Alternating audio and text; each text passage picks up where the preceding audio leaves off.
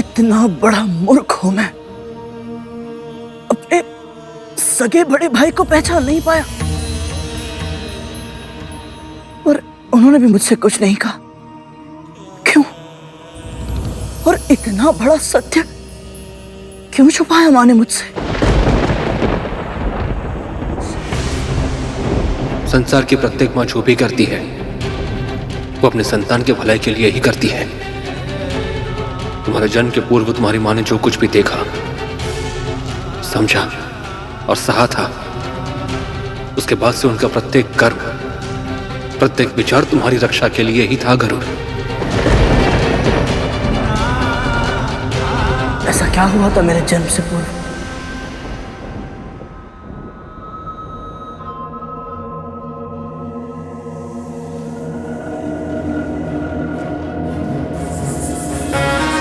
राजमाता अदिति की, राजमाता अदिति की, राजमाता अदिति की।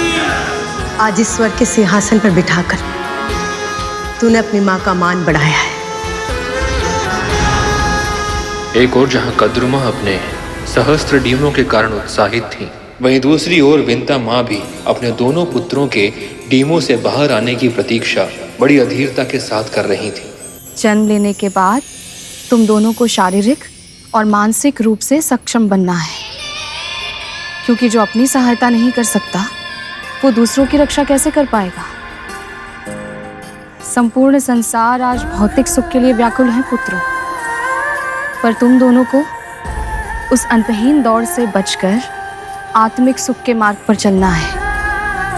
सबसे पहले अपने परिवार की, फिर समाज की, फिर राष्ट्र की और फिर समस्त संसार की सेवा करनी है तुम्हें।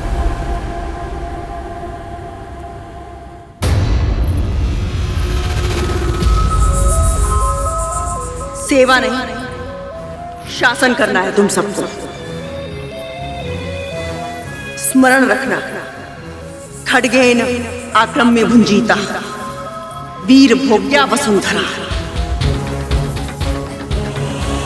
शस्त्र के बल पर ही पुरुषार्थ करने वाले विजयी होकर इस पृथ्वी का भोग करते हैं। इसलिए तुम सबको इतना शक्तिशाली बनना होगा कि सबको पराजित करके स्त्रीलोक पर अपना राज स्थापित कर सको।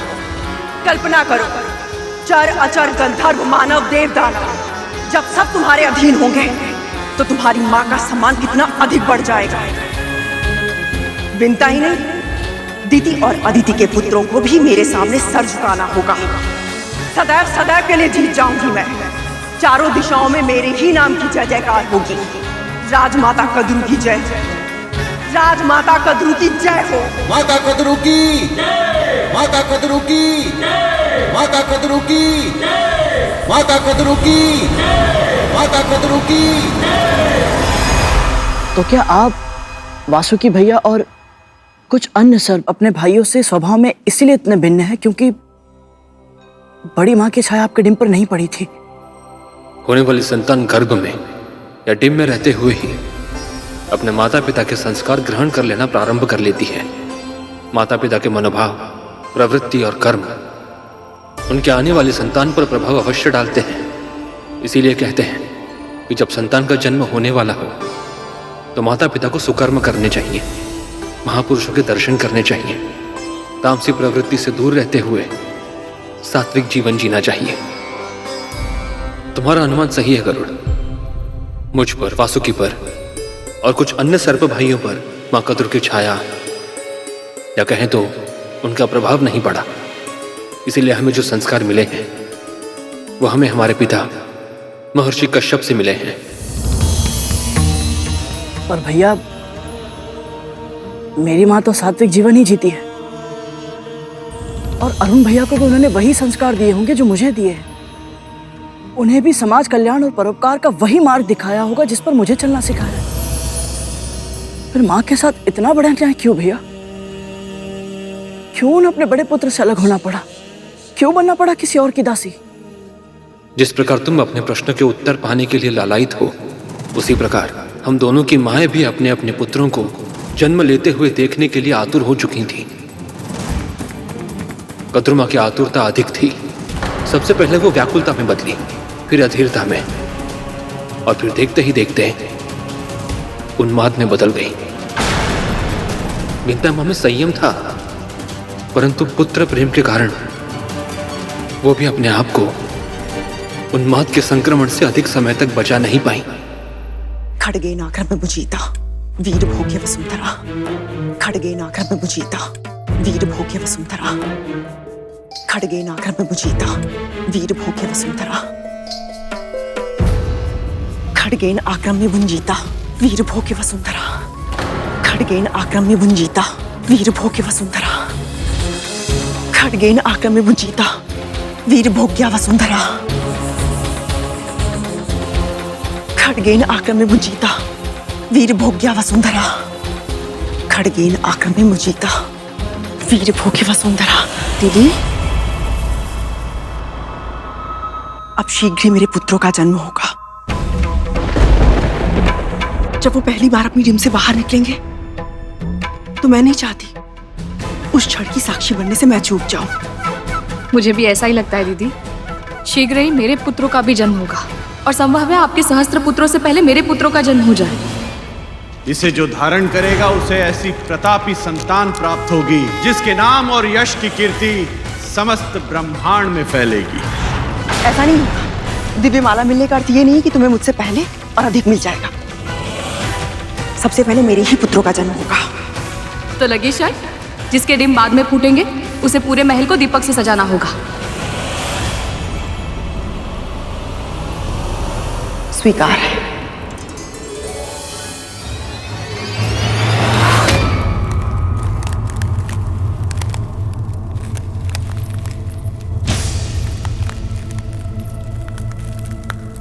कहां से आ रही है ये ध्वनि?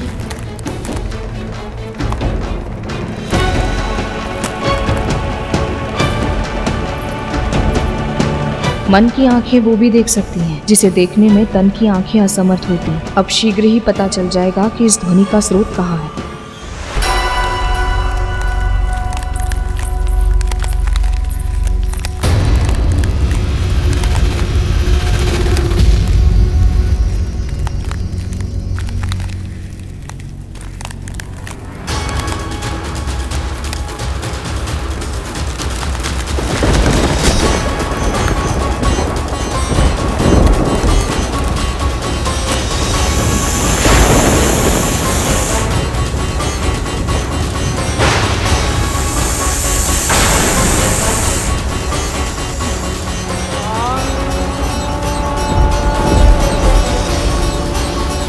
अनंत, सत्य कहा तुमने। मेरा सबसे बड़ा पुत्र इस नाम से भी जाना जाएगा।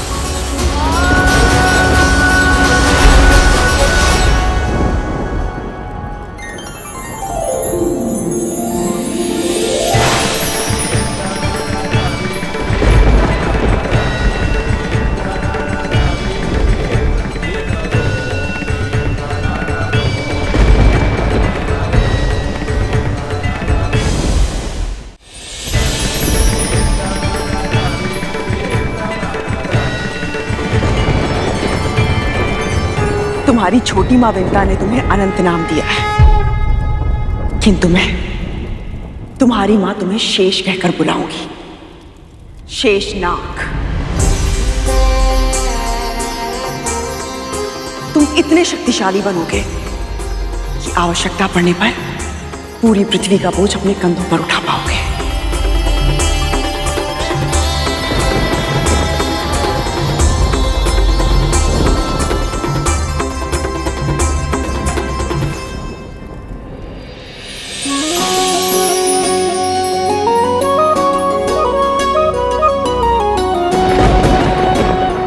अनंत, तुम्हें अनंत काल तक प्रभु श्री नारायण की भक्ति और सेवा का अवसर मिले।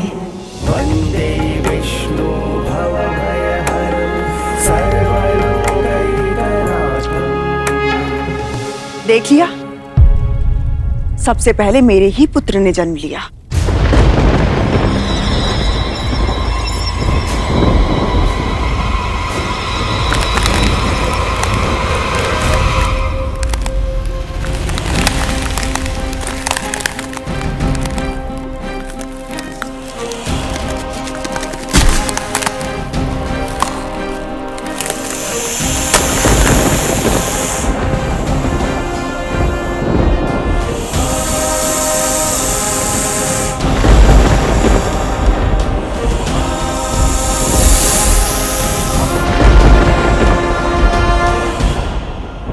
वासुकी कहलाओगे पुत्र। मनचाही लंबाई धारण कर सकते हो तुम।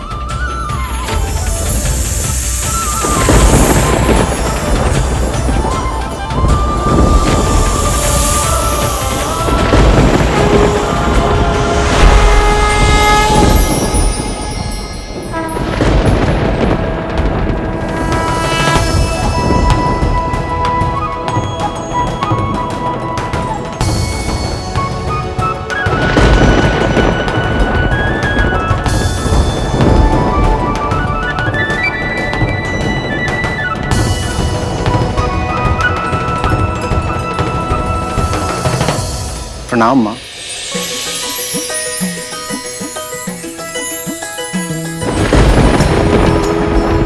प्रणाम छोटी माँ।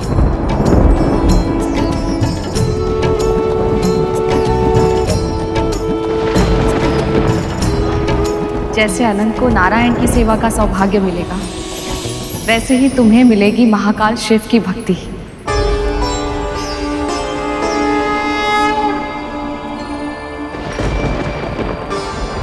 उनके गले की शोभा बनोगे तुम।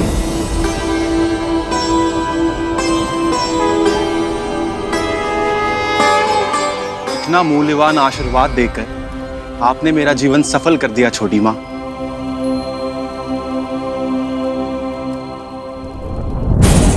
मेरे पुत्र इसी की स्तुति करते रहेंगे तो मेरा स्वप्न तो अधूरा ही रह जाएगा।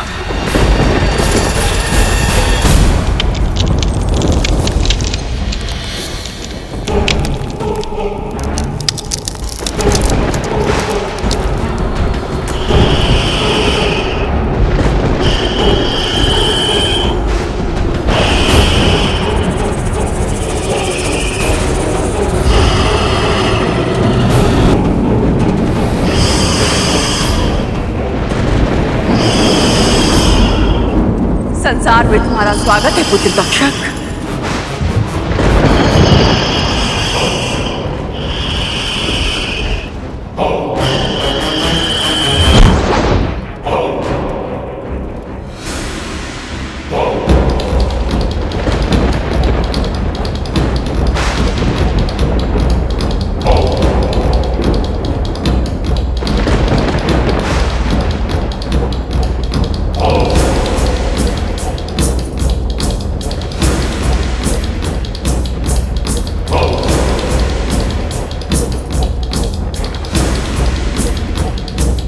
तुम्हारे विष की कोई काट नहीं होगी।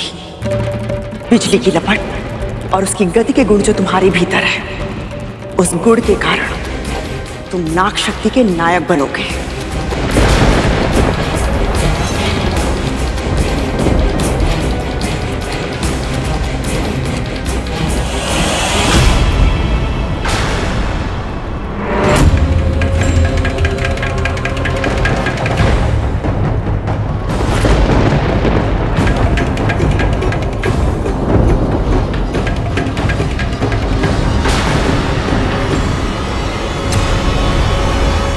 तुम्हारी छोटी माँ है, प्रणाम करो।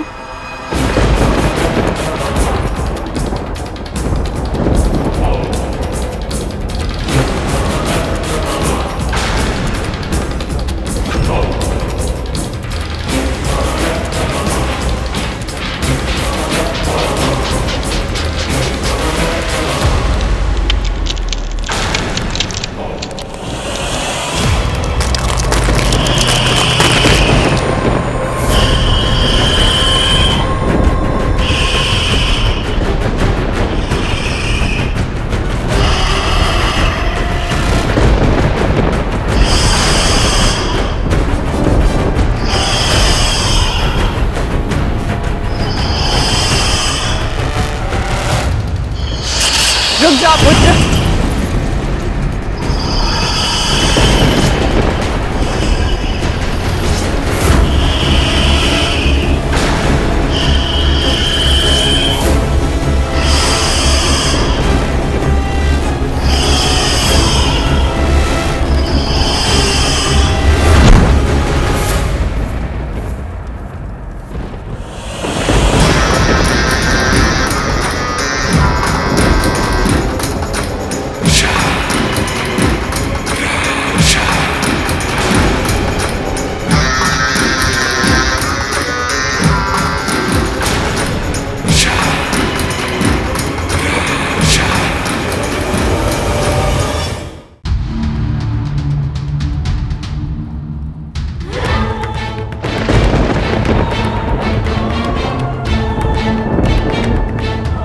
वाह पुत्र वाह, तेरी शक्ति अद्भुत है। साक्षात काल का रूप हो तुम। आज से ये संसार तुम्हें कालिया के नाम से जानेगा।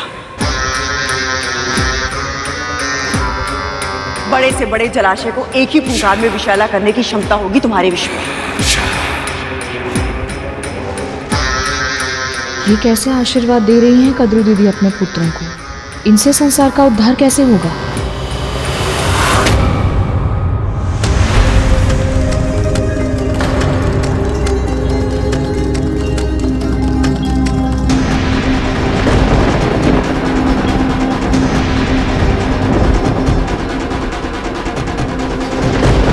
क्या हुआ विंता?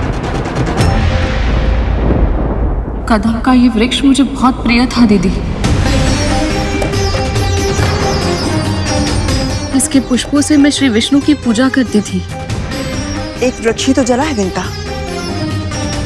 इसमें इतना खिन्न होने की क्या आवश्यकता है? बच्चे खेल रहे हैं, नाश विनाश तो होता ही रहेगा। तुम नहीं समझोगी, तुम्हारी अभी तक एक भी संतान नहीं हुई है ना?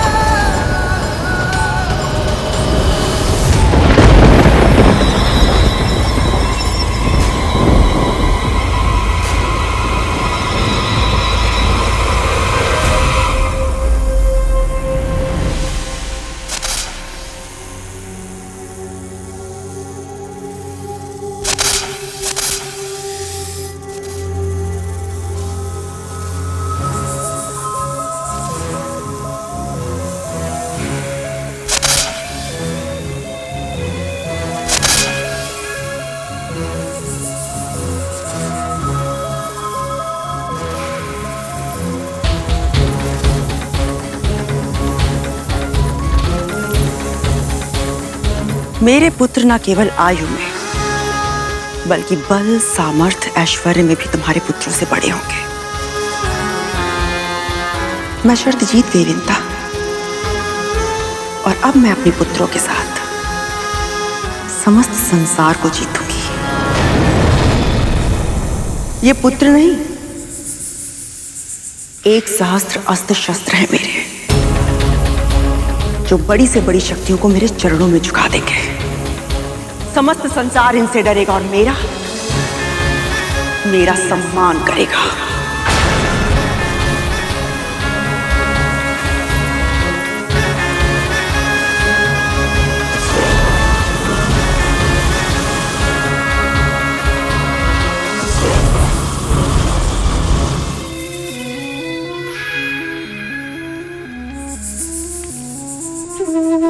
दोहराओ। खड्गेन आक्रम में भुंजीता, खड्गेन आक्रम में भुंजीता, वीर भोग्या वसुंधरा, वीर भोग्या वसुंधरा, खड्गेन आक्रम में भुंजीता, खड्गेन आक्रम में भुंजीता, खड्गेन आक्रम में भुंजीता, खड्गेन आक्रम में भुंजीता, वीर भोग्या वसुंधरा, वीर भोग्या वसुंधरा, खड्गेन आक्रम में भुंजीता, खड्गेन आक्रम में भुंजीता, वीर भोग्या वसुंधरा, वीर भोग्य वसुंधरा। कद्रू दीदी के 1 सहस्त्र पुत्रों ने जन्म ले लिया, पर मेरे एक भी पुत्र का जन्म अभी तक नहीं हुआ। कब फूटेंगे मेरे दिन? कब होंगे मेरे पुत्र? उस समय विंता माँ की आंखों में मैंने जो देखा, उसके बारे में कभी किसी ने कल्पना भी नहीं की होगी। ऐसा क्या देखा आपने भैया? मत्सर अर्थात ईर्ष्या। माँ और ईर्ष्या? असंभव। पर शेषनाग भैया असत्य क्यों बोलेंगे?